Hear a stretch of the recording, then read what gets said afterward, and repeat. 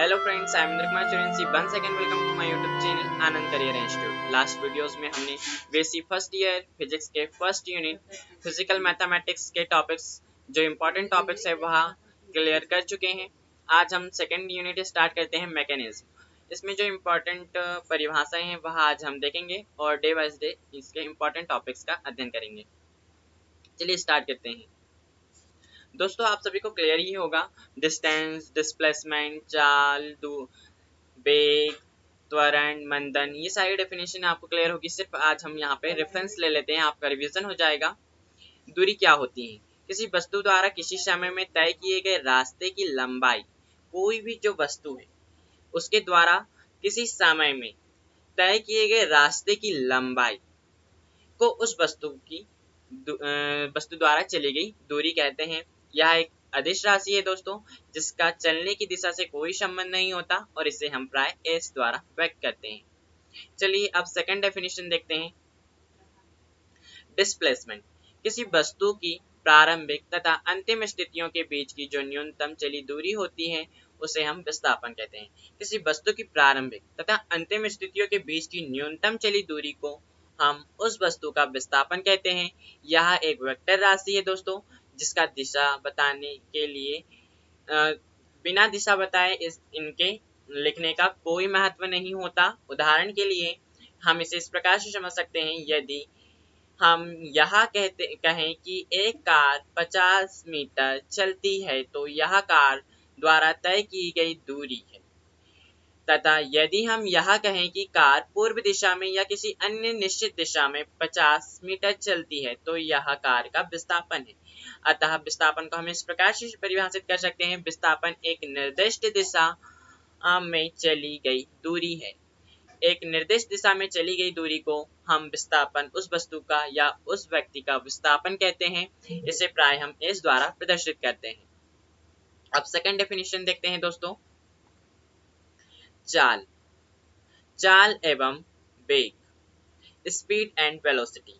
चाल किसी गतिशील वस्तु की चाल उस दूरी के बराबर होती है जो एकांक समय में तय करती है। कोई भी जो गतिशील वस्तु है उसकी चाल वह दूरी उस दूरी के बराबर होती है दोस्तों, जो वह वस्तु एक सेकंड में तय करती है। हम इसे इस प्रकार से परिभाषित कर सकते हैं, वस्तु द्वारा एक सेकंड में चली गई दूरी को उस वस्तु की चाल कहते हैं। यह एक अदिश राशि है क्योंकि इस वस्तु के चलने की दिशा का कोई महत्व नहीं होता दोस्तों।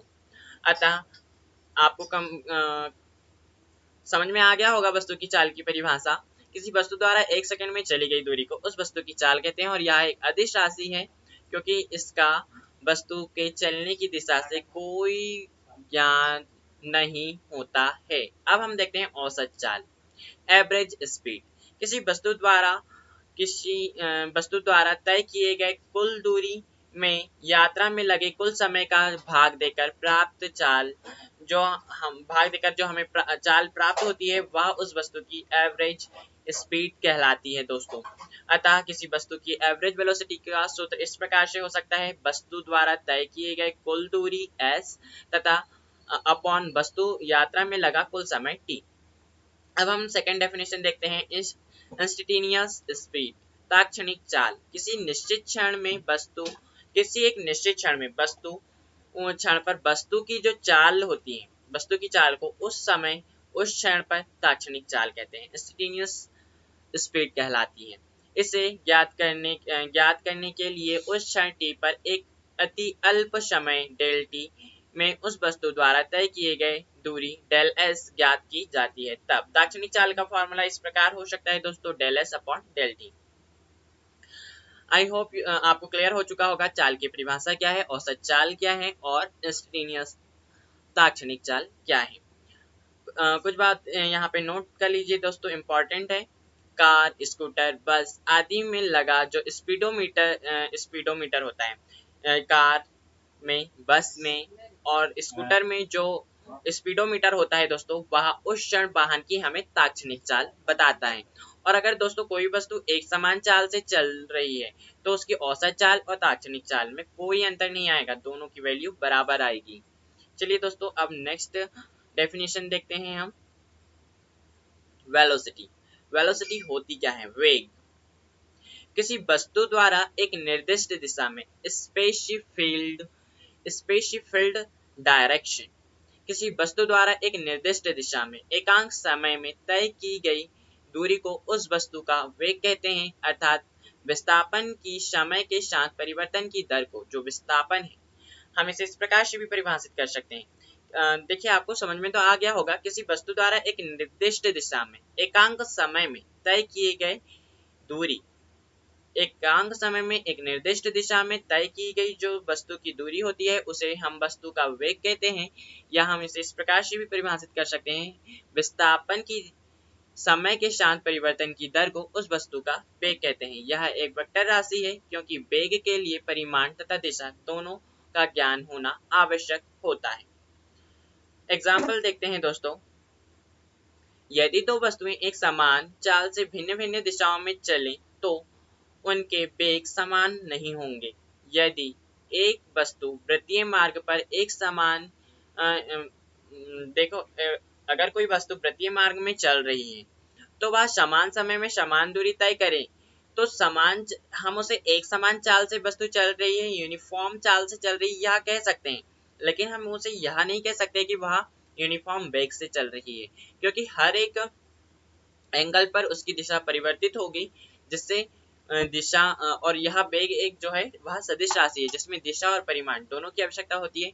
अतः वृत्तीय मार्ग पे गति कर रही जो वस्तु है उसकी चाल समान हो सकती है लेकिन वेग समान नहीं हो सकता। अतः वेग दोस्तों बदलता रहता है। अब हम देखते हैं सेकंड डेफिनेशन, औसत वेग। यदि एक ही दिशा में चली गई वस्तु का वेग समय के साथ बदलता है तो वस्तु का औसत वेग वस्तु के विस्थापन में समय अंतराल का भाग देकर ज्ञात किया जा सकता है। जिस प्रकार हमने औसत चाल में वस्तु द्वारा चली गई औसत दूरी बटे वस्तु के द्वारा तय किए गए दूरी तय करने में लगा समय का भाग देकर औसत चाल ज्ञात किया था, उसी प्रकार औसत वेग, लेकिन यहाँ पे दिशा के साथ किसी वस्तु द्वारा एक निर्दिष्ट दिशा में चली गई जो वस्तु का वेग तथा उसमें लगा समय को जब हम भाग देंगे तो हमें औसत वेग प्राप्त हो जाएगा। यदि किसी वस्तु, इसे हम इस प्रकार से दे सकते हैं, यदि किसी वस्तु की समय t1 पर स्थिति r1 तथा समय t2 पर स्थिति r2 हो तो समय अंतराल t2 - t1 में वस्तु का विस्थापन r2 - r1 होगा। तो औसत वेग इस प्रकार होगा दोस्तों, विस्थापन बटे समय अंतराल r2 - r1 upon t2 - t1। अब हम देखते हैं सेकंड डेफिनेशन, इंस्टेंटेनियस वेलोसिटी। किसी विशेष क्षण पर वस्तु के वेग को तात्क्षणिक वेग इंस्टेंटेनियस वेलोसिटी कहते हैं। किसी समय अंतराल डेल टी में वस्तु का जो विस्थापन डेल आर होता है तो हम वस्तु के तात्क्षणिक वेग को इस प्रकार से लिख सकते हैं दोस्तों, vector v is equal to limit del t tends to 0 del r upon del t या फिर dr अपॉन dt। किसी क्षण विशेष में जो वस्तु का वेग होता है उसे हम तात्क्षणिक वेग कहते हैं। अब सेकंड डेफिनेशन देखते हैं, त्वरण। किसी वस्तु के जो वेग में परिवर्तन की दर होती है दोस्तों उसे हम त्वरण कहते हैं। किसी वस्तु के वेग में परिवर्तन किसी समय के साथ, हम इसे इस प्रकार से परिभाषित करेंगे, समय के साथ वस्तु के वेग में परिवर्तन की दर को त्वरण कहते हैं, अर्थात त्वरण इज इक्वल टू वेग में परिवर्तन की दर बटे समय अंतराल। यह एक वेक्टर राशि है दोस्तों इसकी दिशा वह होती है जिस दिशा में वेग में परिवर्तन होता है। अगर वेग में दोस्तों वृद्धि होती है तो हम उसे त्वरण कहते हैं, तथा वेग में अगर कोई कमी होती है अर्थात अत्यधिक स्पीड से चल रही है और वह धीरे धीरे कम स्पीड में आ रही है तो अगर वेग में कमी होती है तो हम उसे मंदन कहते हैं और वेग में वृद्धि होती है तो हम उसे त्वरण कहते हैं।